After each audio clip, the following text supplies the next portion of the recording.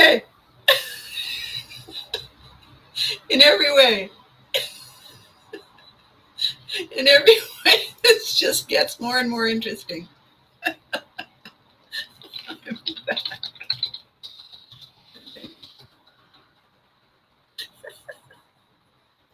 Okay.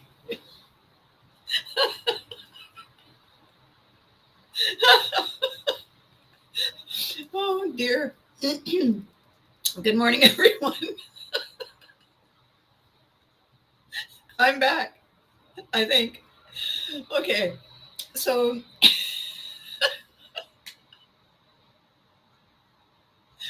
I have no idea what just happened there. I really hope I didn't lose you all. I really hope this is okay. I I shouldn't be allowed to operate heavy machinery, so that's why I don't. I've tried operating heavy machinery. It doesn't work. It works. It doesn't work well.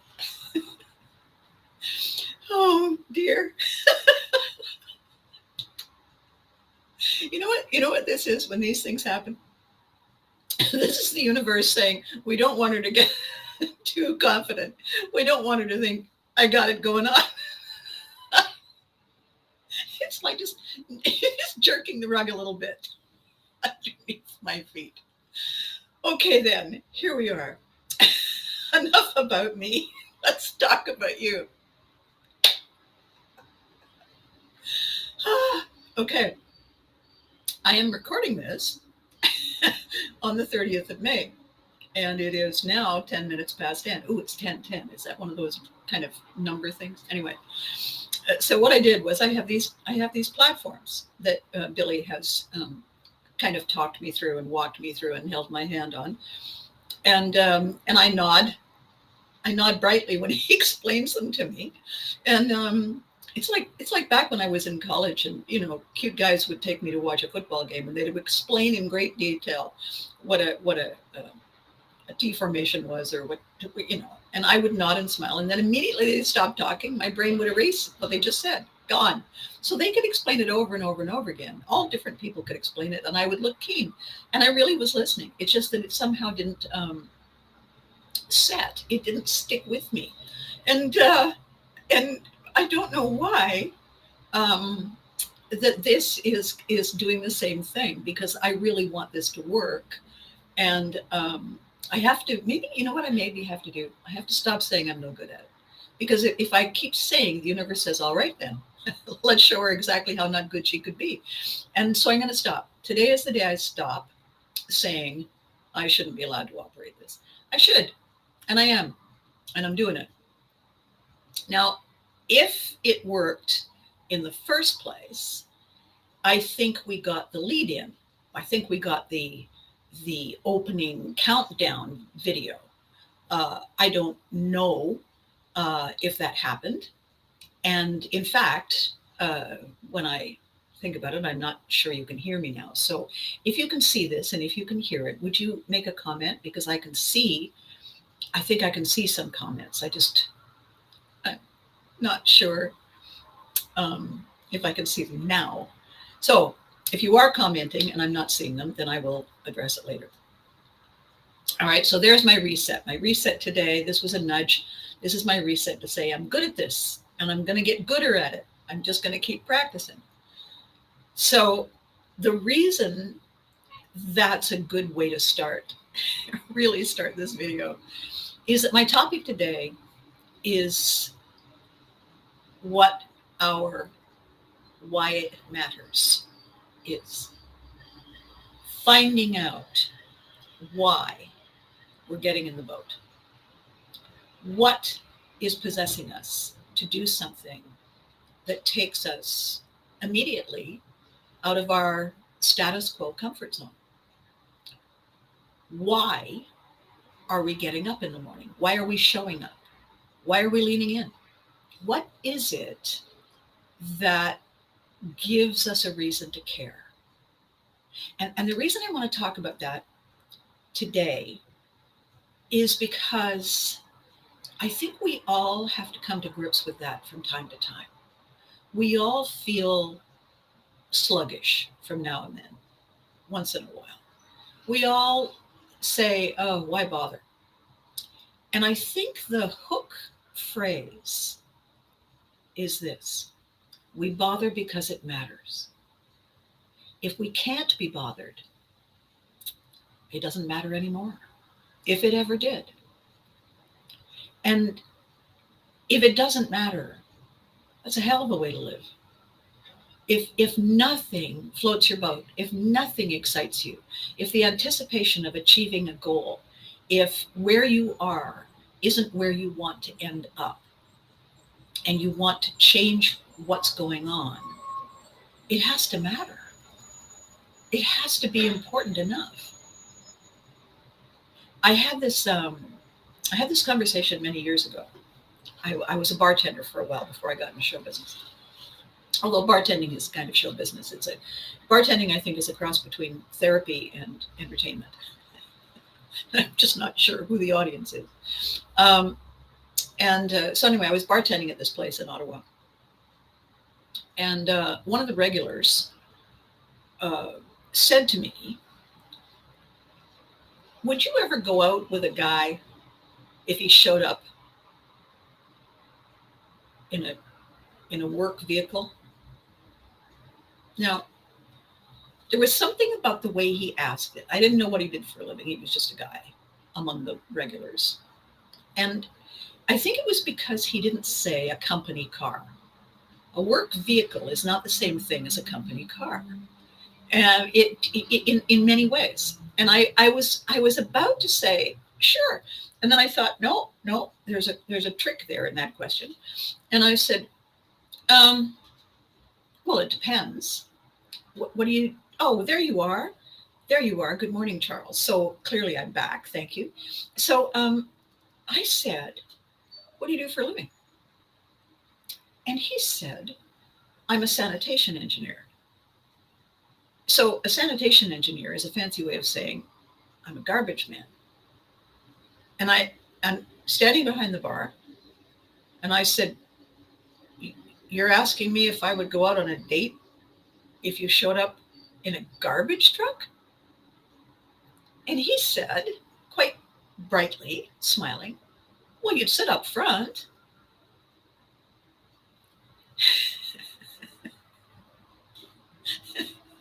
And everybody at the bar had a good laugh. He wasn't laughing. He was quite sincere. And I said, borrowing a line from a movie that I quite like, tempting, but no. And I was offended. I excused myself. I asked the other bartender to watch out. I went downstairs to the bathroom, and I went and stood and looked at myself in the mirror. And I said to myself, okay, I know what I see when I look in the mirror. What the hell does he see? That question was even askable. Would I ride in a garbage truck on a date? Why wouldn't you pick me up in a cab if you don't have a car? Why wouldn't you borrow somebody's car if you have a driver's license? Why wouldn't you meet me somewhere if you don't have transportation of any kind? Why would you think that was okay? And so I'm having this conversation animated with myself in the ladies' room. And then I thought, okay, I have to go back to work. I went back upstairs and I said, do you not have a car of your own, a vehicle of your own? He said, oh, yeah. Oh, yeah? You have a vehicle of your own? Why would you pick me up in a garbage truck then? And everybody was laughing because now this is, it's the new sitcom. And he said, well, I didn't think it would matter. Okay. So that, would you go out with somebody in a work vehicle? Yes, not with you though. Not with you. If you think that's okay, if that's good enough, what does it matter? What it matters is if we're going someplace special, the theory is you would make an effort. It would matter enough So what's his why? Why is he even asking me out? So I said, why are you even asking me out? He said, I don't know. Something to say. Bingo. And there is a thing I don't do often enough. I don't investigate why people are saying and doing the things that they say and do. I assume, wrongly, often, that if somebody's having a bad day, if somebody makes a rude comment or slacks off and doesn't pull their weight, I just assume they're having a bad day. I used to lock horns with the entertainers union rep frequently, and I've made fun of it over the years. And she would say, "Why do you care so much, Abby? You always everything is so important to you. Why do you do that?" And I said, "Well, why would I leave the house if it wasn't important? Why would I show up and give 50% or 30% or 10%? Why wouldn't I just stay under the bed and let the day go by?" So the reason I wanted to talk about this today, the reason I wanted to talk about this is why it matters as an exercise is that it's a reset. It's a reset to prevent us from slipping into autopilot, from just going through the motions, from ho-humming it through the day, from being so bored and so disconnected that we think we can actually multitask and do it well. And we all know how that works out. I was reading something this morning. Seth Godin has a new book just out today. Seth Godin is this. I think he's a groundbreaker. He talks about communication. He talks about people. He talks about our society in the way that we connect to each other. Good morning, Freddie. How nice to see you. How nice to see you. And Seth's new book is called The Song of Significance. It's a brilliant title. Everybody's referring to it as song. So what the book is about, and he says that he feels that this is the most important book he's written in all of his years, and he's written a lot of books. He's a very, very shrewd, wise, and thought-provoking person. He said, in society's race to the bottom,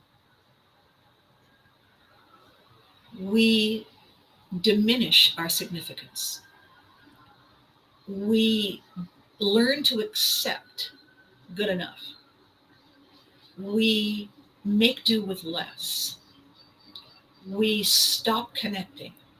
We stop caring. We stop leaning in.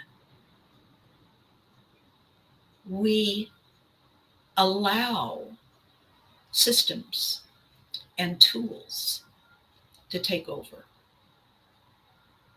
Part of his conversation was about this new evolution of technology and the way people are greeting it and accepting it and using it without really thinking. And he said, the only way we remain significant is if we keep our connections alive. And he's talking about our tribe.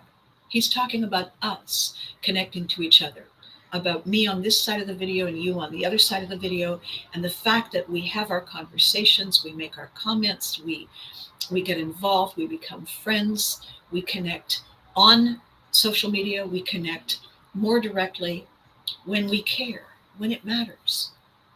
However we first met, our connections have evolved. The circles are interwoven, and we're creating friendships and we're creating conversations that are bigger and more lasting and reaching farther than any one technology allows, because we are relying on our humanity.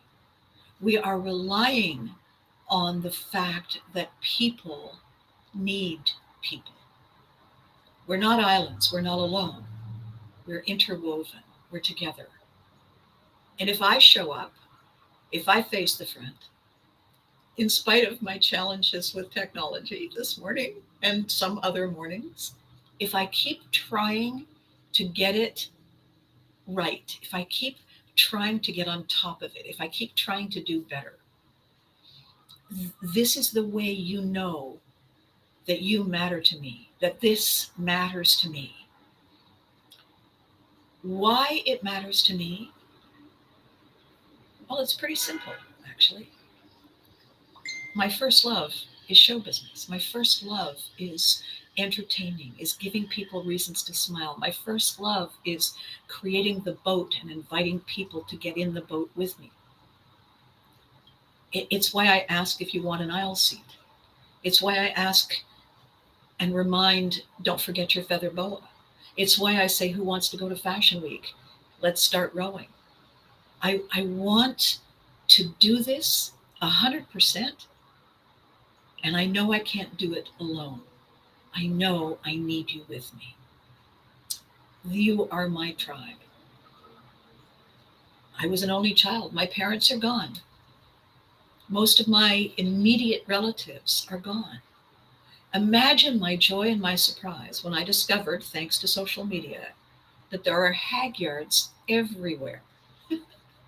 I have so many cousins, I don't know what to do with them. And how wonderful to feel that I'm part of this extended family. How exciting to leverage that ancestry, that Nordic, that Scandinavian, that Viking ancestry, and leverage it into the TV shows that I've done, the entertainment I've done, the radio work I've done, the live shows I've done, the books I've published. Some I've written, some I've published for other people.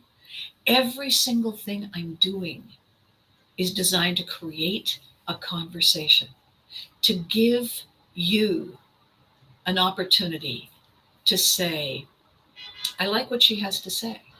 I agree. I do have my own, this is why it matters. The Pivotry project that I began two and a half years ago now, that I had to put on hold for 10 months because of a personal crisis, has never died. I simply put it away and kept it safe. I'm still working through it. I'm still working on it. The books and the conversations and the entertainment and the connections and the live shows are all germinating. It's all coming together. It's just taking a little longer than I'd hoped. Why does this matter? Because it's who we are. It's who we are. Many years ago, there was a wonderful, popular rise in a conversation about something called the Witham song. And the Witham song, the letters, WIIFM, they stand for what's in it for me. And the story goes like this.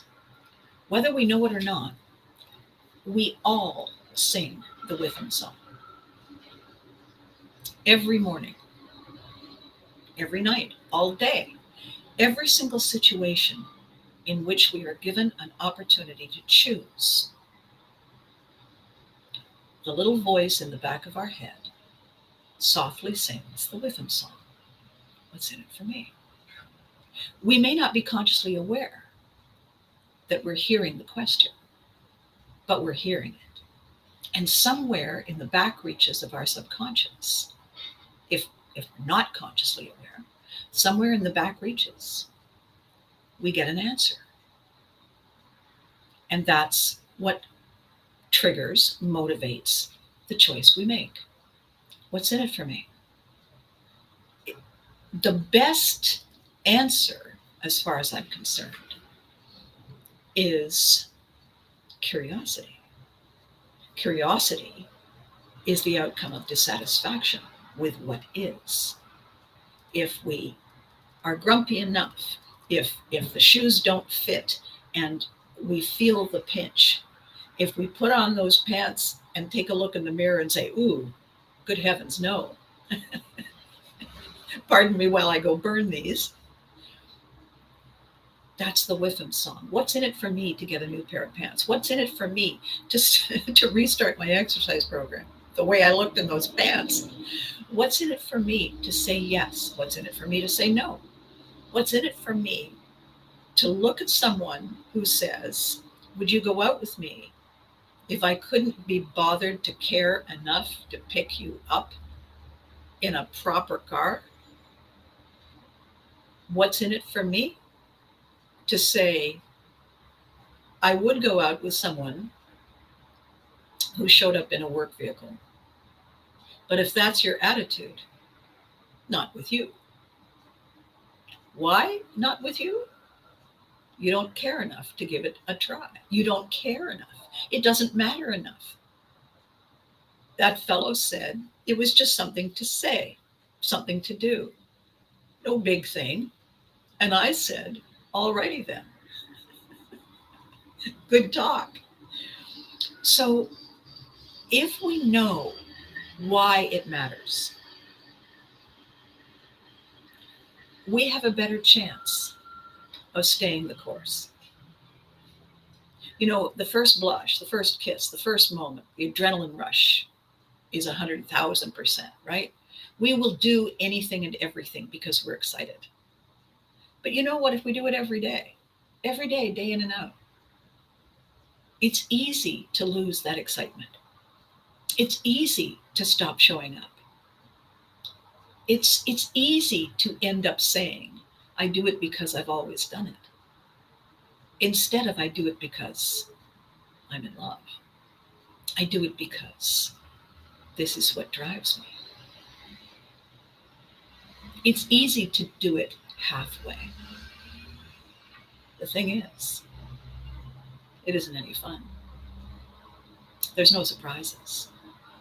There's no spiking the ball when we win. Because, yeah, we win. Yeah, I won the other day too. So what? Am I hungry? Yeah, I guess I could eat. So what's your favorite food? I don't really have a favorite. Really? Really? What a sad and sorry existence. So, what I want us to focus on as I am bringing things back, as I am reigniting my passion, as I am reconnecting the dots on the steps I'm taking to get back in the game, I need you with me. I don't simply need you with me to fill a seat. I need you with me if it matters. I need you with me if you're keen. I need you with me if you can tell me why you made this a priority, why you make it a priority every day. If you can tell me this is why it matters to me, then I think we're well on our way. And I think all of these tools that we have that make it easy for us to be not really that hungry, because you know what? I've been snacking all day. Why not save up the time?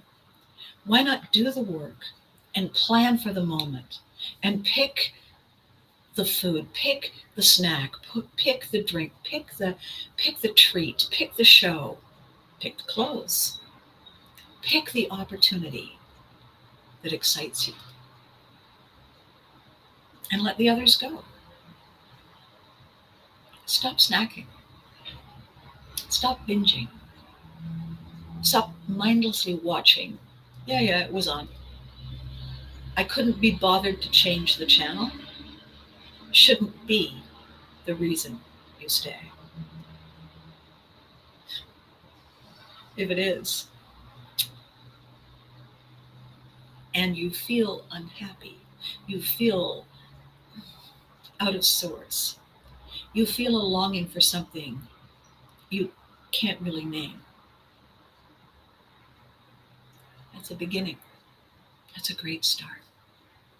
That's the seed of dissatisfaction. Curiosity is on its way. And I am ready and willing to help you see what's on the other side of the horizon if you want to get in the boat with me. So today, this this conversation, this opportunity to build a new home, to be in a space that is all mine, to complete the journey I was set out on. Complete it with full energy, enthusiasm, and commitment and love. Why does it matter? Because my friend mattered. Because my friendship mattered. Because our journey mattered. And I want to honor that. And this is my way. Am I selfish? Yes, I certainly am. I'm doing it for me. I'm doing it for me because I love the way it makes me feel that I can complete this journey to the best of my ability. This is why it matters to me. And I want to have fun along the way. I haven't really started promoting in a big way, but I'm going to be doing a live event in Ottawa on the 13th of August. It's one of those fan cons. It's only on Sunday, August 13th. It's only one day. And it's local. And it's really inexpensive to come. It's very small. The people who come are fanatics, right? That's why it's called Fanatic Con. They love getting together. They love seeing us every year. And that's why I go. I go because I love giving them reasons to smile the minute they know I'm part of their show. That's why I'm doing it. Purely selfish. I'm also working, of course, on the Pivoting Project. I'm republishing a business book, and there's going to be a live show, which we will also do on video. A live show. Just like I used to do in the old days. I think I'm due. I think you are too. So I'm going to leave those things with you for now. Your homework, if you choose to do it, is to write down, this is why it matters. Put it in the later folder. When you list all the things you care about that you have to leave behind in order to do the next right thing, 110%, and you've listed all these things that are important to you, this is why it matters. And remind yourself why you care about that, why you care about this, why this is something you don't want to forget. Why does it matter? What does it feed? What does it do somewhere, somehow inside you that makes you say, all right, we got it. Write it down. Get to know. Start singing the Whiffum song. I only sing it very quietly. That whole bylaw thing about me singing. All right? I think this is a great start to the week. I think it's a great start to the week. It's a great way to close out the month of May, which for all of us, I am sure, has been complex. Let's go with that word. It has been challenging. It has been triumphant. It has been surprising. It has been a relief. And I have been grateful, vastly grateful for every single day because I'm here. I'm here. And I'm going to be here tomorrow too. That's my plan. Okay. Enough for now. I'll see you on Thursday. I'll try and figure out what the glitch was. You need to let me know. Would you let me know if you saw the countdown with the Abby thing and the moving streamy thing?